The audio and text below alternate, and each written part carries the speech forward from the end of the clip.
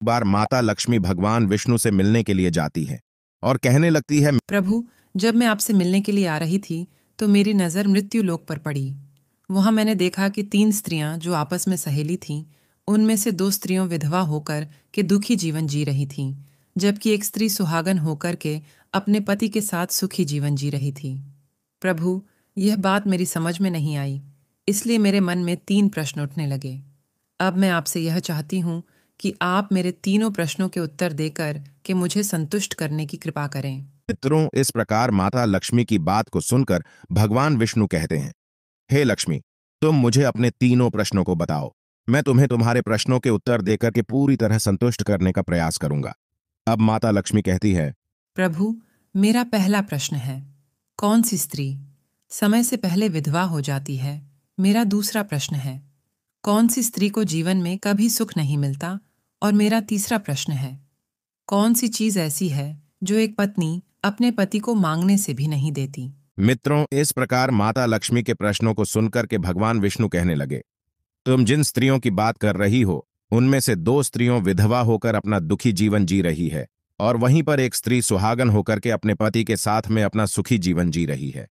तुम जानना चाहती हो आखिरकार ऐसा क्यों है, तो मैं तुम्हें एक छोटी सी कहानी सुनाता हूं।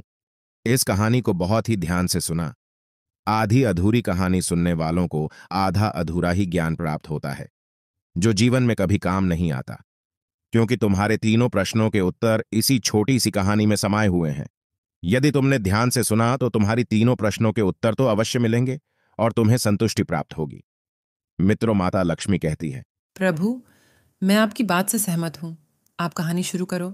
मैं कहानी को पूरी मन से सुनूंगी और जब तक आप कहानी बोलेंगे, तब तक मेरा मन किसी दूसरे स्थान पर नहीं जाएगा। भगवान विष्णु कहते हैं, हे लक्ष्मी, सबसे पहले मैं तुम्हें उस स्त्री की कहानी सुनाता हूं जो सुहागन बनकर के सुखी जीवन जी रही है।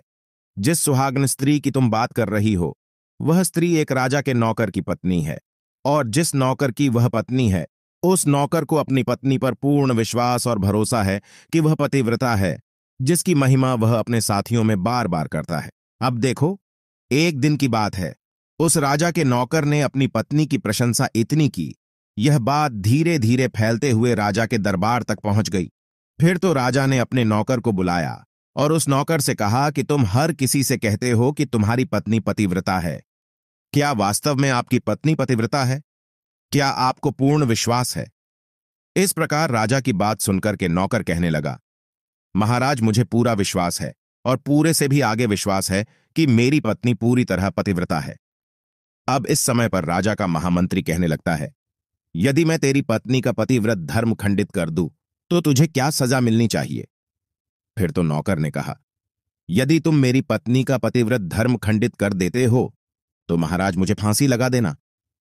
अब उधर वह राजा का नौकर भी मंत्री से कहता है, यदि महाराज यह मेरी पत्नी का पत्नी व्रत धर्म खंडित नहीं कर पाए, तो इनको सजा क्या मिलनी चाहिए? तो राजा ने कहा कि मंत्री को भी फांसी की सजा दी जाएगी। फिर भगवान विष्णु कहते हैं, लक्ष्मी मंत्री ने स्वीकार कर लिया और नौकर से पूछा कि क्या वस्तु लाऊं जिसे तू माने कि मैं तेरी पत्नी का धर्म खंडित करने में सफल हुआ? तो नौकर ने कहा, मंत्री, यदि तुम मेरे घर से जाकर के मेरे विवाह के समय पर मुझे एक पटका मिला था और एक कतार मिली थी, वह मेरी पत्नी ने बहुत ही संभाल कर रखी है, जो सुहाग की निशानी मानी जाती है। यदि तू पटका और कतार लाकर मुझे दिखा दे, तो मैं मान जाऊंगा कि मैं मेरी पत्नी का धर्म तूने पूरी तरह नष्ट कर दिया है। अब शर्त स्वीकार हो जाने के बाद में वह मंत्री शहर में जाता है और एक दुती से जाकर मिलता है। वह दुती हमेशा एक दूसरे से भिड़ने का काम करती थी, और जो काम कोई नहीं कर पाता, वह काम करने में वह सक्षम थी। फिर इस प्रकार उस मंत्री ने उस दुती को अपने स्वार्थ के लिए बुलाया और द्वितीय से कहा कि देखो, इस नाम का एक व्यक्ति है, एक व्यक्ति, उससे मेरी शर्त लगी है। और फिर उसने उसे शर्त के बारे में उसको सारा कुछ बता दिया। फिर वह दुती से कहने लगा, तू कैसे भी करके उस स्त्री से मेरा संपर्क करवा दे। तुझे जितना धन चाहिए मैं उतना धन दूंगा। इस प्रकार मंत्री की बात सुनकर के दुती कहने लगी, भाई, तू उस औरत के बारे में बात मत कर। वह औरत पूरी तरह से पतिव्रता है, तेरी ओर थूकेगी भी नहीं, तेरी शक्ल भी नहीं देखेगी, और उनके परिवार के व्यक्ति खूंखार है, तेरी खाल उतार लेंगे। तो मंत्री कहने लगा, ठीक है, यदि तू मेरा उससे संपर्क नहीं करवा सकती है तो एक काम कर दे, उसके घर जाकर के पटका और कतार चुरा कर ला दे, और उसकी पत्नी के गुप्तांग के पास में यदि कोई चिन्ह हो तो वह चिन्ह भी मुझे देख करके बता दे। फिर मैं तुझे मुंह मांगा इनाम दूंगा। यह बात दुति की समझ में आ गई और उसने कहा, ठीक है, मैं तुम्हारा काम अवश्य करूंगी। नौकर शहर में रहता था। दुति नौकर के घर जाती है, उसकी पत्नी से जाकर बोलता है, बेटी मैं तेरी पति की बुआ हूं, मैं कई वर्षों के बाद आई। फिर उस स्त्री ने कहा, मैंने आपको पहले कभी देखा नहीं, इसलिए पहचान नहीं पाई। और इस प्रकार उस दुति को उस नौकर की पतिव्रता स्त्री ने बहुत बड़ा सम्मान दिया, मगर उसे क्या मालूम था कि यह उसके साथ में छल करने आई है। अब भगवान विष्णु कहते हैं, लक्ष्मी इस प्रकार वह दुति उस पतिव्रता स्त्री के साथ में 2 दिन तक रुकी। जिस समय वह स्त्री स्नान करने लगी तो दुति उठ करके उस पतिव्रता के कमर रगड़ने लगी। उस पतिव्रता स्त्री ने बहुत मना किया, फिर भी वह दुति नहीं मानी और कहने लगी, तुम मुझे तो बेटी से भी प्यारी लगती हो तो मना मत करो। काफी दिनों के बाद में मेरी तुम्हारी मुलाकात पहली बार हुई है। अब ऐसा कहकर के वह दुति मुख पर हाथ फिराने लगी। फिर आंखों को धोने के बहाने से उस दुति ने उसे पतिव्रता स्त्री की आंखों पर पानी मार दिया और उसे स्त्री की आंखें बंद हो गईं। इस प्रकार गुप्तांग के पास में जांघ पर तिल था जो दुति ने देख लिया। बस उसका काम बन गया। उधर स्नान करने के बाद में जब वह पतिव्रता स्त्री रसोई में खाना बनाने गई तो दुति को मौका मिल गया और उसने पटका और कतार उस नौकर के घर से चुरा ली और वहां से एकदम से भाग गई। और जाकर के दुति ने वह पटका और कतार मंत्री को दे दिए और उस पतिव्रता स्त्री के जांघ पर तिल की निशानी भी बता दी। मंत्री सीधा राजा के दरबार में पहुंचा और राजा से जाकर कहा, महाराज, मैं नौकर की पत्नी के साथ में 2 दिन बिताए और यह पटका तथा कतार उसी के हाथों से लेकर आया हूं। फिर तो राजा ने दरबार लगाया और नौकर को बुलाया तथा महामंत्री से सभा में पटका और कतार नौकर को दिखाने के लिए कहा। फिर राजा की आज्ञा पाकर के मंत्री ने उस नौकर को पटका और कतार दिखाई और उसकी पत्नी की जांघ पर तिल भी बताया तो नौकर मान गया कि वास्तव में आज मेरी पत्नी ने अपना पतिव्रत धर्म पूरी तरह से भंग करवा लिया। भगवान विष्णु कहते हैं, लक्ष्मी, फिर तो राजा ने फांसी का दिन 15 दिन के बाद में रख दिया और कहा कि नौकर को 15 दिन के बाद में फांसी पर चढ़ाया जाएगा। और इस प्रकार से नौकर से उसकी अंतिम इच्छा पूछी तो नौकर ने कहा कि मैं अपनी पत्नी से अंतिम बार मिलना चाहता हूं। इस प्रकार राजा ने उस नौकर को आज्ञा दी कि ठीक है, तुम अपनी पत्नी से मिल सकते हो। फिर नौकर अपने घर गया और अपनी पत्नी से कहा कि आप मेरे साथ में बहुत बड़ा विश्वासघात किया। मैंने आपके विश्वास पर मंत्री से ऐसी शर्त लगाई थी कि राजा के दरबार में राजा के सामने मैंने कहा था कि मेरी पत्नी का पतिव्रत धर्म कोई नष्ट कर दे तो मुझे फांसी लगा देना। अब मुझे 15 दिन के बाद में फांसी लगा दी जाएगी। मेरे साथ विश्वासघात करके तुमने ठीक नहीं किया। उसे पतिव्रता स्त्री ने अपने पति को सारी बात बताई, मगर उस विश्वास नहीं हुआ और फिर नौकर राजा के दरबार में पहुंचा तो राजा फिर उसे कैद में डलवा दिया गया। अब उधर नौकर की पतिव्रता धर्मपत्नी ने परमात्मा को याद किया और अपना भेष बदल करके राजा के दरबार में गई और राजा से नाच दिखाने की आज्ञा मांगने लगी, क्योंकि वह स्त्री बहुत ही सुंदर थी और उधर राजा शौकीन होते हैं। इसलिए राजा ने आज्ञा दे दी कि सभी मंत्री आदि उपस्थित होकर के इस सुंदरी का नाच करवाने की पूरी व्यवस्था करी। भगवान विष्णु कहते हैं, लक्ष्मी, फिर तो सब मंत्री महामंत्री राजा आदि दरबार में उपस्थित हुए और फिर उस नौकर की धर्मपत्नी ने जब नाचना शुरू किया तो राजा को उस स्त्री का नाच बहुत ही सुंदर लगा। और फिर राजा ने कहा, तुम मुझसे क्या मांगना चाहती हो? तुम जो भी मांग मांगोगी मैं तुम्हें वही दूंगा। फिर उस नौकर की पतिव्रता स्त्री ने कहा, महाराज, आपकी सभा में मेरा चोर है जिसने मेरे रुपए लिए थे मगर आज तक वापस नहीं दिए, उसे फांसी की सजा दे दीजिए। अब राजा ने कहा, ठीक है, बताओ मेरे दरबार में तुम्हारा चोर कौन है, उसका नाम क्या है? मैं उसको फांसी की सजा अवश्य दूंगा। भगवान विष्णु कहते हैं, फिर उस नौकर की पतिव्रता स्त्री ने कहा, महाराज, आपका मंत्री मेरा चोर है, आप इनको फांसी की सजा अवश्य दें। अब उधर जैसे ही मंत्री ने सुना कि यह सुंदरी मुझे अपना चोर बता रही है तो मंत्री कहने लगा, महाराज, मैं कसम खाकर कहता हूं कि मैं इसका कभी कुछ नहीं चुराया है। मैंने इसे आज तक कभी देखा ही नहीं है तो मैं चोरी कैसे कर सकता हूं? मैं आज तक इसकी शक्ल ही नहीं देखी है।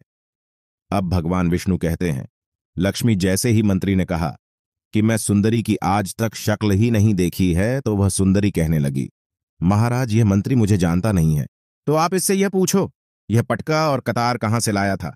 मैं उस नौकर की पत्नी हूं जो आपके यहां पर नौकरी करता है, और आप मेरे निर्दोष पति को फांसी चढ़ने वाले हैं। अब मैं आपको पूरी दस्त सुनती हूं। यह जो आपका मंत्री है, इसने मेरे पास में अपनी एक दूती को भेज करके मेरी जांघ के दिल का पता लगाया, और उसी ने यह पटका और कतार चुरा करके इसको ला करके दी और आपके मंत्री के द्वारा भेजी गई।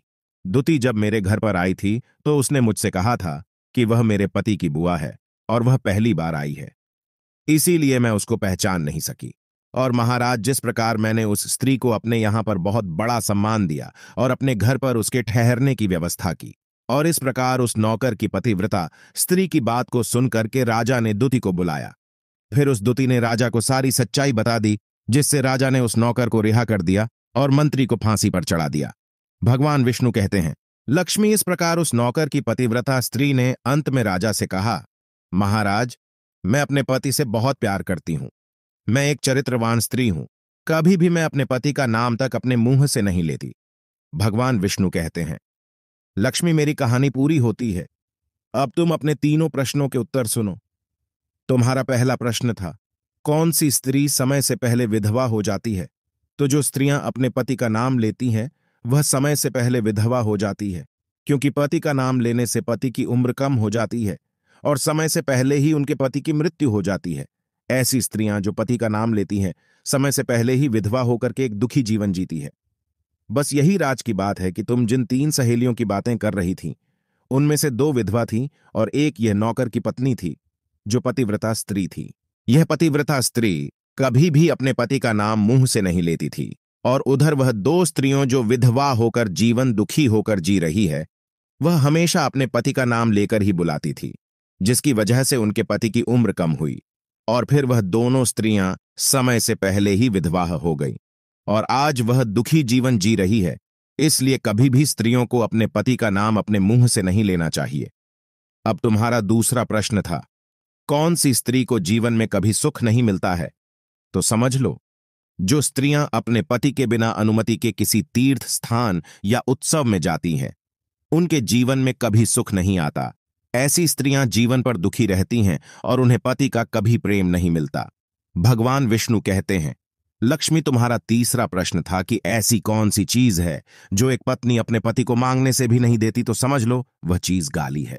एक चरित्रवान स्त्री कभी अपने पति को गाली नहीं दे सकती, और जो स्त्री गाली देती है वह स्त्री कभी चरित्रवान नहीं होती, और ऐसी स्त्री जीवन भर रोती है, उसके जीवन में कभी सुखी नहीं आती, और समय से पहले ही ऐसी स्त्री विधवा हो जाती है। मित्रों, इस प्रकार कहानी सुनने के बाद में माता लक्ष्मी पूरी तरह से अपने तीनों प्रश्नों से संतुष्ट होकर कहती हैं, प्रभु, वास्तव में जो स्त्री चरित्रवान होती है वह कभी दुखी जीवन नहीं जीती है, क्योंकि ऐसे घर में लक्ष्मी का सदा वास होता है और वह घर धन धान्य से हमेशा भरपूर बना रहता है। ऐसी स्त्रियां हमेशा घर को स्वर्ग बना देती है। तो दोस्तों, यदि आपको यह वीडियो पसंद आई हो तो प्लीज आप हमारे चैनल को सब्सक्राइब अवश्य करें, वीडियो को लाइक करें, और दोस्तों, सच्ची श्रद्धा से कमेंट में जरूर लिखें, जय श्री राम, जय हनुमान। साथ ही देवों के देव